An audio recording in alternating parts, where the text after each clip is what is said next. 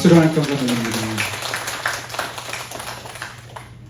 어려운 찬양 은혜스럽게 잘해주셔서 감사합니다. 오늘도 주님 앞에 나오신 사랑 가정마다 하나님께서 은혜와 복을 더하시기를 주의 이름으로 축복합니다. 잘하셨습니다. 사랑합니다. 한번 인사합니다.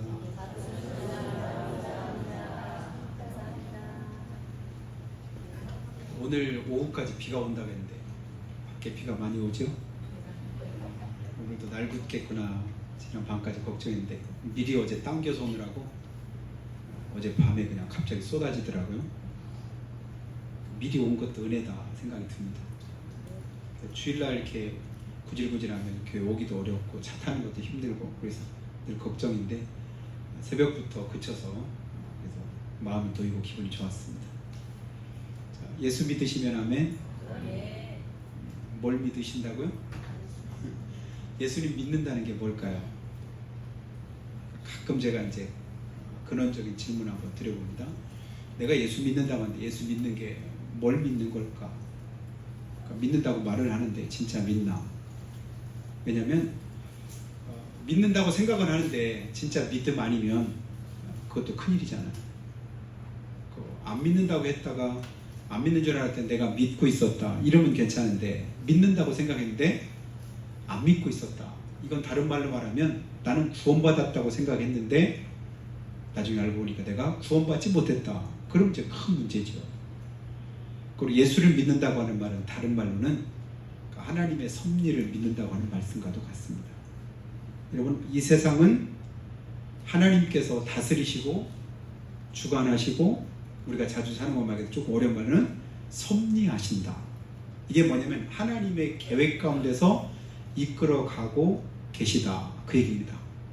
그 섭리 가운데 아들이신 예수님을 우리의 구주로 이 땅에 보내신 걸 우리가 믿고 그 예수님 때문에 내가 구원받았다는 사실을 아는 것, 그게 믿음이죠. 알고 고백했습니다. 주여, 내 죄를 대신해서 우리 예수님이 십자가에 못 박혀 돌아가셨습니다. 그 피로 내 죄가 씻겨졌습니다. 그 은혜로 내가 하나님의 자녀가 됐습니다. 이 믿음 가지고 살아가되 이제 어떻게 살아요? 하나님의 뜻대로 살려고 몸부림치는 거죠. 하나님의 계획도 섭리도 또 하나님 인도하심도 온전히 믿고 의지하면서 살아가게 됩니다. 근데 예수는 내가 믿었는데 그 다음에도 내 마음대로 살고 내 뜻대로 살고 내 생각대로 살아간다? 그건 바른 믿음이 아니죠. 그러니까 일시적으로 내가 믿음 있는 것처럼 보였지만 사실은 그렇지 않을 수도 있습니다. 내가 믿는다고 하는 것은 내 삶이 말해주고 있어요. 내 삶 속에서 하나님의 뜻이, 하나님의 말씀이, 하나님의 계획이, 하나님의 섭리가 그대로 이루어지고 있는지를 여러분 다시 한번 살펴보시기를 축복합니다. 그러면 내가 믿음 안에 있구나. 내가 주님 뜻대로 살려고 하는구나. 하나님이 기뻐하시는 삶이 되고 있구나. 이것을 우리가 알 수 있게 됩니다. 자, 오늘 본문 말씀을 보니까요. 제가 7절에 있는 이제 9절에 있는 말씀이 굉장히 은혜가 돼서 다시 한번 이 본문을 또 보게 됐는데요. 9절 한번 보시면 하나님이 자기를 사랑한 자들 위해서 예비하신 모든 것, 그러니까 자기를 사랑하는 자들을 위해서 예비하신 어떤 것은이 아니고 무슨 말이에요? 모든 것은. 내가 볼 때는 어떤 것이 맞을 것도 같은데 어떻게 모든 것은 이렇게 했어요? 그 다음 말씀이 이어지고 있는데요. 같이 보면 눈으로 보지 못하고 귀로 듣지 못하고 마음으로 생각하지도 못하였다함과 같으니라. 그러니까 하나님이 자기를 사랑한 자들을 예비하신 모든 것은 어떻대요? 우리가 알 수 있어요? 없어요? 알 수 없대요. 큰일이네. 주님 뜻을 좀 알아야 되겠는데 하나님의 뜻을 모르니까 우리가 고민하고 모르니까 갈등하고 모르니까 또 방황할 때가 있습니다. 그런데 하나님은 그래서 우리에게 뭐가 필요하다고 말씀하시냐면 그래서 믿음이 필요하다고 말씀하셔요. 내가 다 안다면, 내가 다 본다면, 내가 다 듣는다면 뭐 지키지 못할 일이 별로 없겠지요. 근데 도무지 알 수가 없는 거예요. 도무지 헤아리기가 어려운 거예요. 도무지 깨달아지지도 않습니다. 그럴 때도 있지요. 그러나 우리가 확실하게 믿는 건 아까도 제가 질문한 것처럼 뭘 믿는 거죠? 하나님의 섭리를 믿고 계획을 믿고 신실하심을 믿습니다. 아, 하나님이 지금도 나는 모르지만 섭리하고 계시다. 계획 속에서 이끌고 계시다. 그 은혜를 우리 가운데 허락하시고 계시다. 그 믿음을 잃어버리지 않기를 축복합니다. 조금 힘들다고 잃어버리고 어렵다고 금방 놓쳐버리고 그러면 그 믿음이 유지가 안 되죠. 힘들고 어려워도 그 믿음 가지고 행하면 하나님께서 지키시고 도와주십니다. 자, 이스라엘 백성들을 하나님께서 택하셔서 그를 택하실 때 뭐 때문에 택하셨다고 성경은 말씀하냐면 너희들이 강하기 때문에 다른 민족보다 많기 때문에 너희를 택했다. 하나님은 그러시던가요? 그것과는 거꾸로 말씀하시죠. 세상 기준이나 사람 기준으로 볼 때는 강한 자를 택하고 싶고 또 많은 것을 택하고 싶은데 하나님은 거꾸로 가장 약하기 때문에 가장 적기 때문에 내가 너희를 택했다. 그렇게 말씀하시고 이스라엘을 중심에 두시고 하나님의 역사를 이끌어 가십니다. 어떻게 하나님이 역사를 이끌어 가신지 그 중심에 누구를? 이스라엘 나라를 두셨어요. 그 주변 나라들은 아수르가 있고 바벨론이 있고 메대가 있고 바사가 있고 이스라엘보다 훨씬 더 많고 크고 강한 그런 나라들이 있었는데 그 모든 나라들 속에서 중심이 누구라고요? 이스라엘입니다.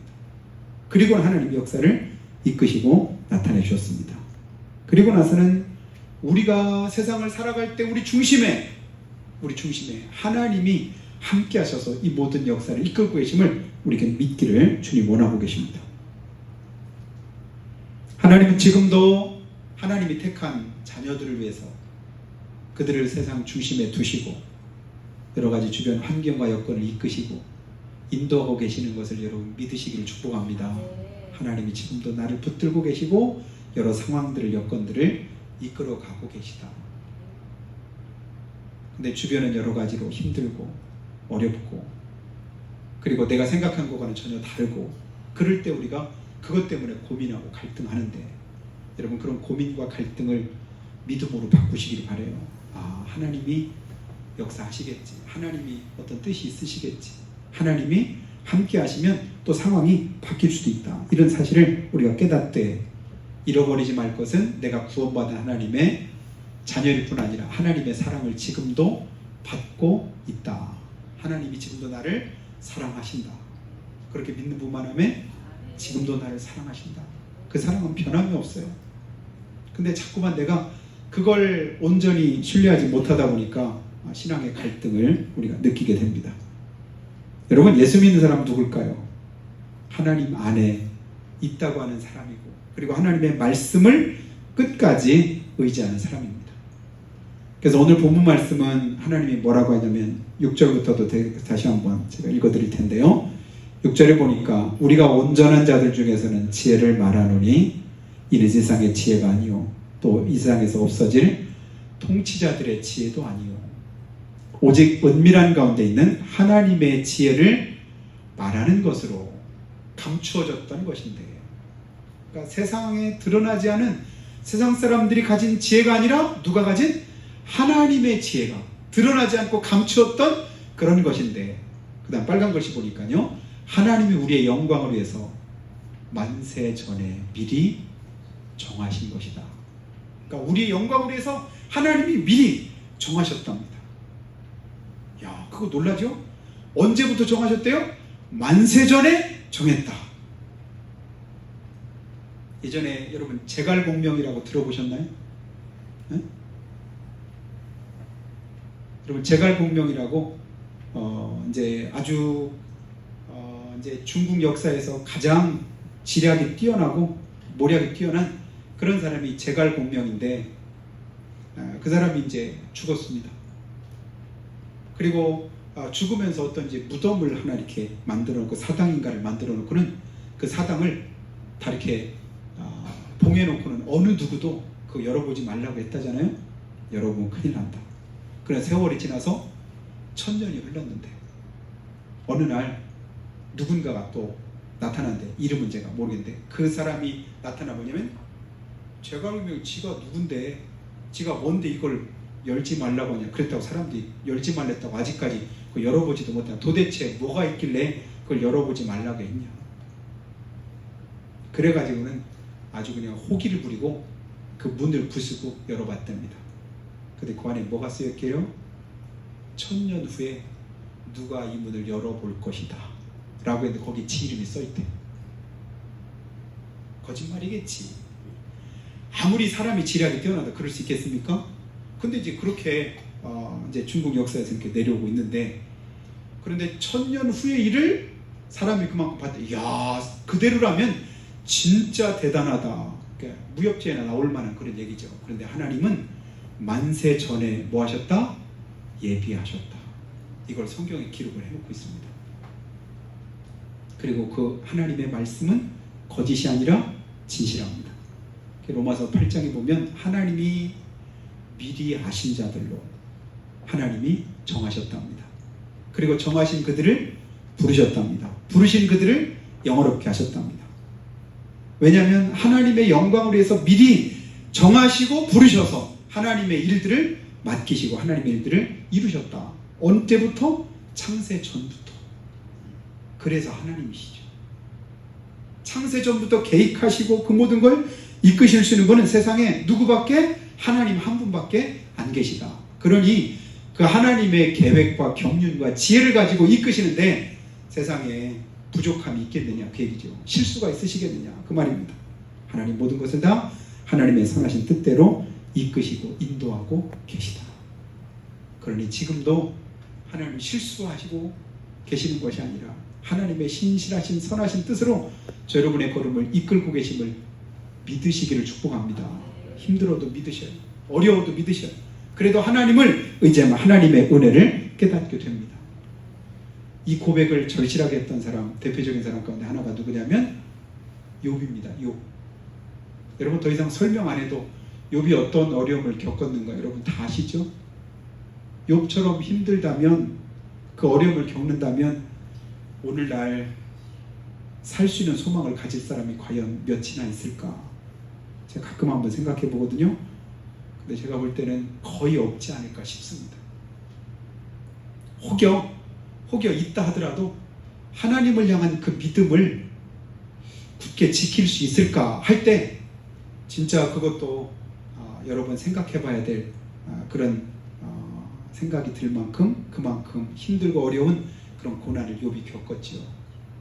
한순간에 모든 걸 다 잃어버렸습니다. 이 절망감. 한순간에 모든 걸 다 잃어버린 그 절망감 속에서도 그가, 성경은 욥기에서 보면 뭐라고 해요? 계속해서 욥이 그 입술로 하나님을 원망하지 않았더라. 대단한 믿음이죠. 잘못한 게 없어요. 평상시에도 믿음으로 하나님을 온전히 신뢰했어요. 하나님이 기뻐하시는, 하나님이 자랑하실 만한 그런 삶이었는데도 불구하고 어려움이 있고 고난이 한순간에 닥쳤을 때, 그때 욥이 뭐라고 했냐면 그 고백이 23장 10절에 아주 유명한 고백이 있죠. 나의 가는 길을 오직 그가 아시나니. 아무리 생각해도 이유를 모르겠는 거예요. 누가 무슨 말을 해도 그 말 가지고 해석이 안 되는, 도저히 깨달아지질 않습니다. 그러니까 할 수 있는 고백은 한 가지밖에 없어요. 오직 그가 아시나니. 누가 아신다고요? 하나님이 아시나니. 하나님밖에는 모르신다. 하나님밖에. 내가 왜 이렇게 어려운지, 내가 왜 이런 고난을 당하는지, 내가 왜 이런 상황 속에 처하게 되는지 알 수 있는 분은 오직 하나님 한 분이다. 그 고백하고 그 다음에 뭐라겠죠? 그가 나를 단련하신 후에는 내가 정금같이 나오리라. 욥은 뭘 믿었냐면 아시는 하나님뿐 아니라 신실하신 하나님을 믿었습니다. 지금 모든 게 다 잃어버리고 아무것도 남지 않은 절망적인 상황이지만, 그러나 그럼에도 뭐라고 고백해요? 하나님이 나를 단련하신 후에는, 지금 뭐하고 계시다? 나를 단련하고 계시다. 나를 죽으라고 내 버려두신 게 아니다. 나를 포기하신 게 아니다. 나를 떠나신 게 아니라 하나님이 지금도 나와 함께하고 계시다. 그리고 나를 뭐하고 계시다? 단련하고 계시다. 그리고 이 단련이 끝나면, 이 연단이 끝나고 나면 뭐 할 것이다? 정금같이 나올 것이다. 이 기대할 수 있을까요? 이 고백할 수 있을까요? 이 소망을 가질 수 있을까요?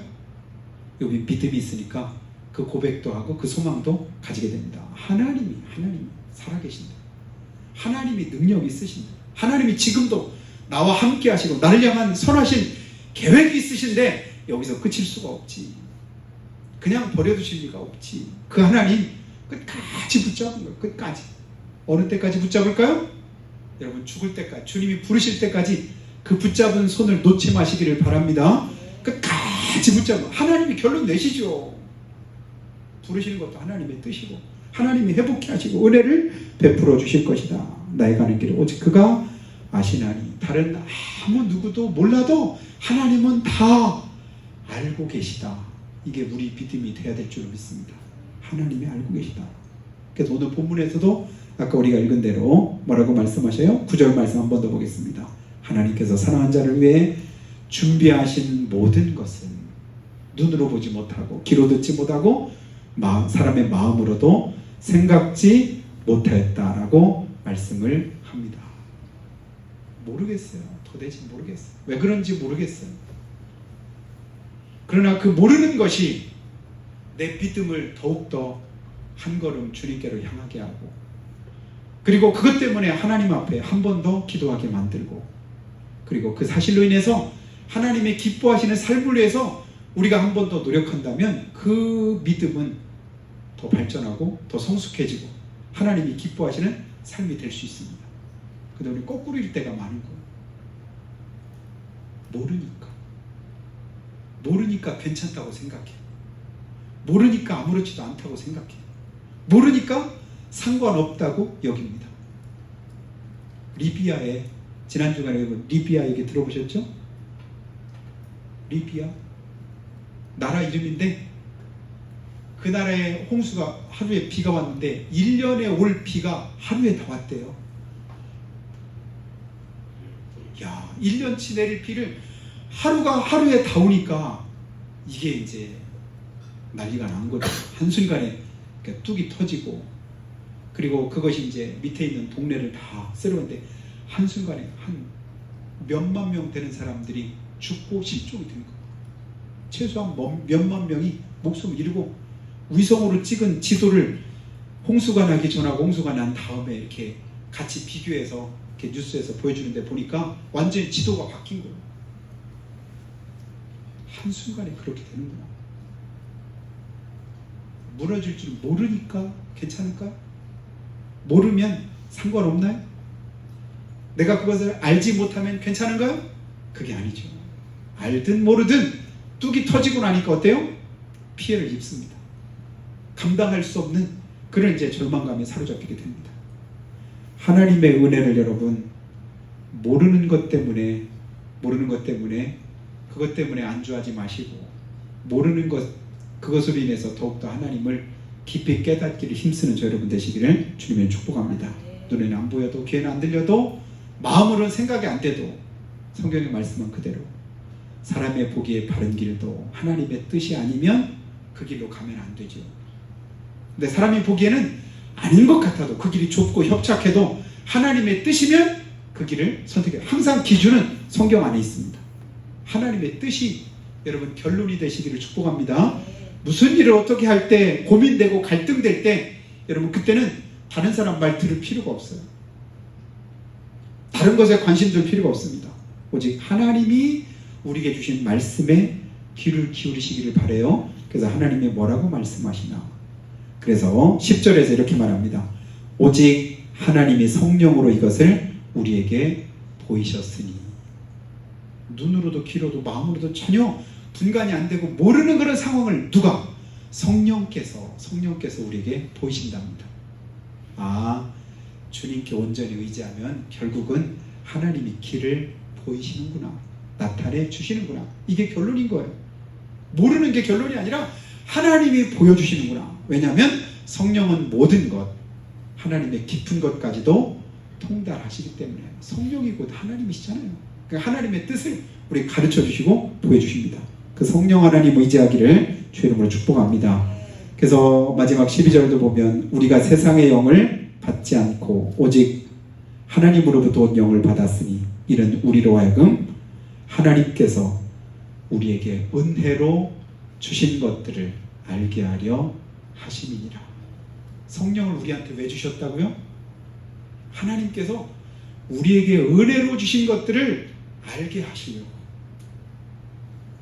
우리가 은혜라고 하는 찬송을 우리가 자주 불렀었는데 모든 것이 은혜, 모든 것이 은혜. 지난 모든 날들이 다 은혜. 일상적인 삶이 은혜.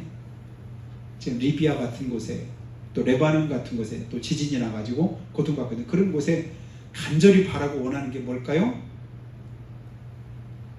사고가 일어나기 이전의 일상적인 그런 삶의 회복이죠. 이전에 내가 어땠는데, 전에는 그것이 크게 우리에게 은혜인 줄도 모르고 축복인 줄도 모르고 그냥 지나왔는데 고난과 어려움 속에서 겪어보니까 그것이 은혜였더라. 이 사실을 깨닫는 것이 은혜구나. 성령께서 우리에게 그 깨달음을 우리에게 주시기를 원하십니다. 욥은 그 하나님의 신실하심을 믿고 그 하나님을 의지했고, 우리가 믿고 있는 아브라함의 믿음의 조상인 아브라함도 동일하게 그 고백을 하게 되는 걸 보는데요. 우리가 창세기 12장 1절 보니까 하나님이 아브라함을 부르실 때 어떻게 부르셨죠?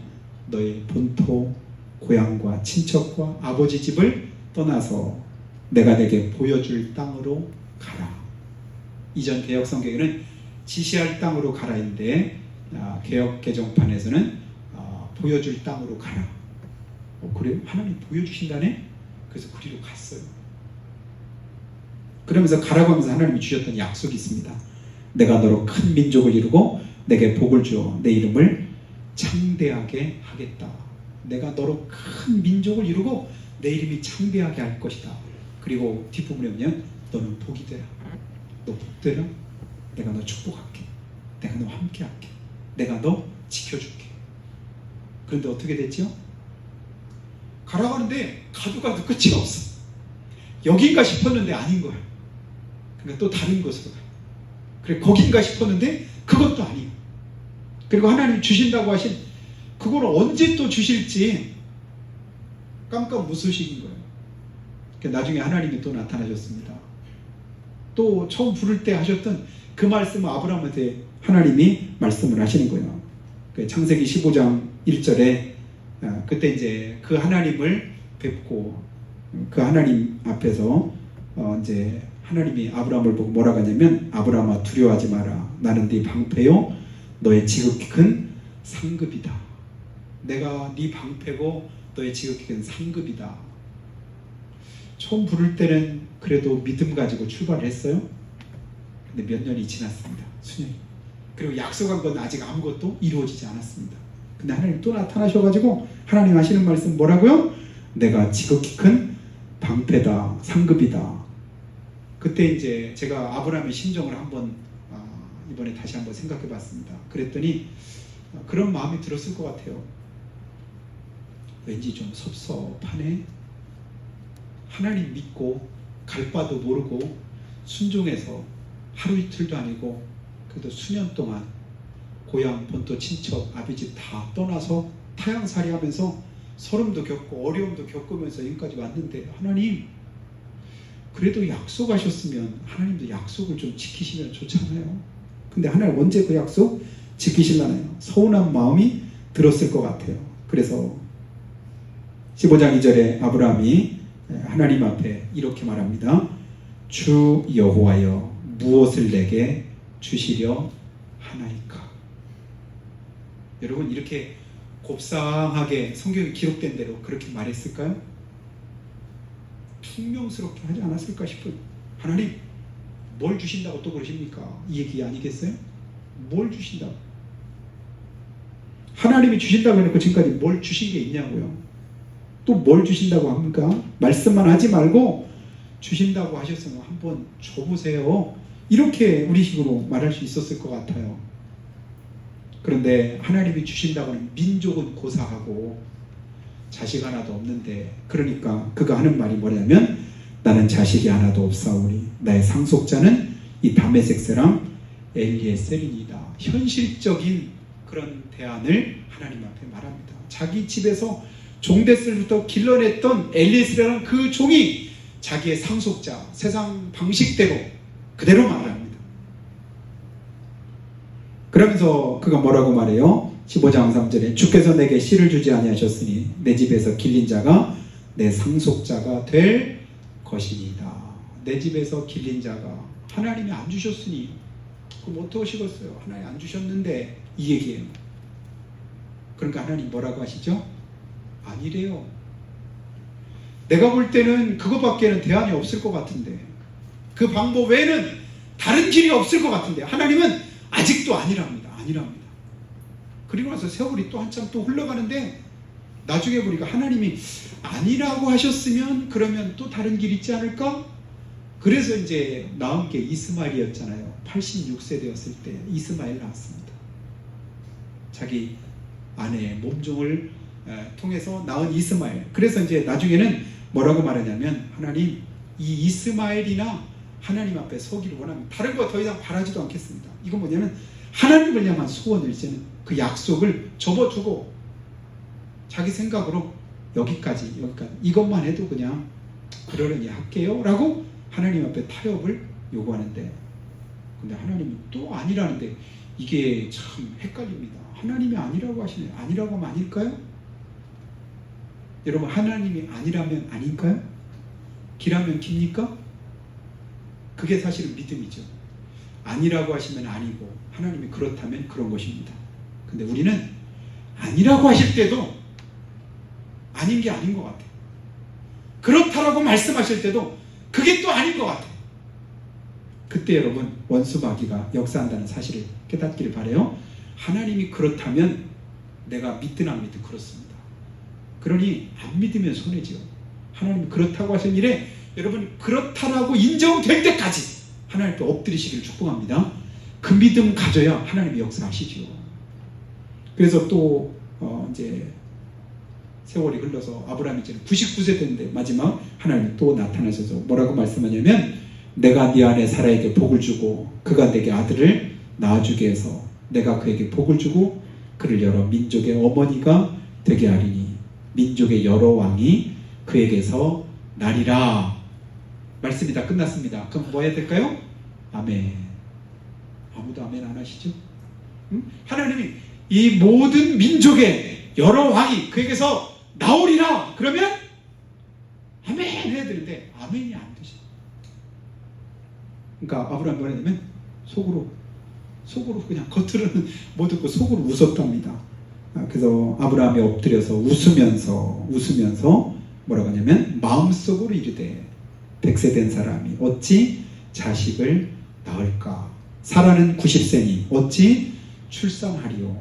그 다음에 다시 했던 말이 이스마엘이나 하나님 앞에 살기를 원하나이다. 이스마엘이나 살기를 원하나이다. 어찌 그럴까? 아무리 생각해도 다 끝난 일인데 뭘 더 이상 무슨 어떻게 할 게 있겠습니까? 그런데도 하나님은 아니라고 말씀하실 때 결국은 누구 뜻대로 되냐면 하나님의 뜻대로 됩니다. 하나님이 이루셨습니다. 그걸 1년 후에 아브라함이 경험했잖아요. 그 결실을 아브라함이 봤잖아요. 그 하나님의 역사하심을 그가 하나님이 말씀하신다. 하나님은 어느 때인지 모르겠는데 하나님은 결국은 그대로 이루시더라. 이 믿음이 아브라함의 마음속에 붙게 생겼잖아요. 그래서 로마서 4장에서 신약성경에 기록하기를 아브라함이 바랄 씀 중에 바라고 믿었다고 성경은 말씀하잖아요. 바라고 믿었으니 하나님께서 그를 의롭게 여기셨다라고 했는데, 근데 그 이후에 하나님께서 그 이삭을 또 번제로 바치라고 하니까 아브라함이 그때는 뭐예요? 왜 바치라고 하느냐, 무슨 뭐 다른 이유를 전혀 한마디도 안 돼. 지금까지는 수십 년 동안 자기 믿음이 왔다 갔다 하고 고민도 되고 다른 대안도 돼보고 이 얘기도 저 얘기도 다 해봤지만 자기 믿음이 확실하게 굳건히 되어지는 그때 어느 때냐면 자기 몸에 죽은 것 같은 거야. 사라의 주먹 같음을 알고도 믿었더니 하나님이 역사하셨다. 바라고 믿는 그 믿음을 하나님이 직접 나타내 보이셨다. 이제 더 이상은 이제는 내가 하나님 무슨 말씀하셨다. 이제는 하나님만 믿을래. 이 믿음이 그의 속에 생겼습니다. 그러니까 심지어는 그 약속으로 준 그 아들을, 자기 생명보다 귀한 그 아들을 번제로 죽여서 불에 태워 제물로 드리라고 하는데도 이런 방구, 불평하거나 원망하거나 다른 말을 섞지도 않고 네. 왜 그랬다고 말하죠? 히브리서 11장에서 그 해답을 우리에게 가르쳐 줍니다. 뭐 때문이라고요? 하나님은 죽은 자도 살리시는 하나님이시다. 이제 한 가지가 확실하게 믿어지니까 하나님이 하셨던 다른 모든 말씀들이 다 믿어지는 거예요. 여러분, 하나님에 대한 믿음을 어느 한 가지를 확실하게 가지면 다른 것도 다 그냥 믿어지고 인정이 됩니다. 근데 어느 한 가지가 의심이 되면 다른 것도 다 흔들리게 돼요. 하나님을 향한 굳건한 믿음이 저 여러분에게 있어지기를 주 여러분 축복합니다. 견고하며 흔들리지 말며 주의 일에 더욱 힘쓰는 자들이 되라고 고린도전서 15장 58절에 말씀하잖아요. 사랑하는 자들아, 견고하며 흔들리지 말며, 견고하며 흔들리지 말며. 이 말은 무슨 말이에요? 우리가 흔들리니까, 견고하지 못하니까 계속해서 이렇게 주시는 말이에요. 견고하고 흔들리지 말며 주의 일에 더욱 힘쓰는 자들이 되라. 그리고 뭐라고 말씀하시죠? 이는 너희 수고가 주 안에서 헛되지 않은 줄 알미니라. 헛되지 않답니다. 믿음은 헛되지 않습니다. 주님을 끝까지 믿으면 헛되지 않습니다. 주님을 끝까지 의지하면 그 삶이 하나님의 은혜 가운데 거하게 됩니다. 이거 주님이 가르쳐 주시기를 원하십니다. 그래서 하나님이 예비하신다, 준비하신다, 계획하신다, 섭리하신다, 이끌고 계시다. 이게 모든 게 포함된 게 그냥 하나님의 예비하심으로 그냥 이렇게 설명을 했습니다. 그래서 하나님의 예비하신 모든 것은 누구를 위해서 예비하셨다고요? 하나님이 사랑하는 자를 위해서 예비하신 모든 것은 지금도 이루어지고 있다. 지금도 이루어지는 과정 속에 있다. 지금도 하나님은 그 약속을 지키고 계시다. 그렇게 믿으시기를 예수님이 축복합니다. 아브라함은 그렇게 믿었더니 하나님이 그를 인정하시고 축복하셨습니다. 이번 한 주간 우리가 살아갈 때도 하나님의 예비하심, 하나님의 인도하심, 섭리하고 계획하심, 그 사실을 믿고 의지하며 견고하고 흔들리지 않는 믿음으로 하나님께 영광 돌리는 여러분 다 되시기를 주님 이름으로 축복합니다. 기도하실 때 하나님, 우리 예수님께서 가룟 유다에게 이런 말씀을 하셨습니다. 너는 나를 본구로 믿느냐? 보지 않고 믿는 자가 더 복이 있다고 하셨고, 너희가 믿을 때 하나님의 영광을 보리라고 말씀하셨습니다. 그리고 그 말씀대로 지금도 우리의 걸음을 이끄시고 인도하고 계십니다. 우리가 노래를 통해서도 주님 앞에 고백한 아버지의 가사가 있습니다. 주님이 뜻하신 일 헤아리기 어렵더라도 언제나 주 뜻 안에 내가 있음을 아노라. 사람과 말씀들이 나를 더욱 새롭게 하니 때로는 넘어져도 최후 승리를 믿노라. 이 믿음 더욱 굳세라. 주가 지켜주신다. 하나님, 입으로만 그냥 발린 소리가 아니라 우리 마음에서 우러난 믿음의 고백되기를 원합니다. 이 고백 가지고 우리가 한 주간도 살아가기 원하오니 주께서 도와주시고 붙들어 주시고 지켜주셔서 너희는 마음에 근심하지 말라. 하나님을 믿으니 또 나를 믿으라 하신 요한복음 14장의 말씀과 같이 또 주님 믿고 의지하며 승리하도록 인도해 주시라고 우리 같이 한 목소리로 고백하며 기도하겠습니다. 하나님 아버지,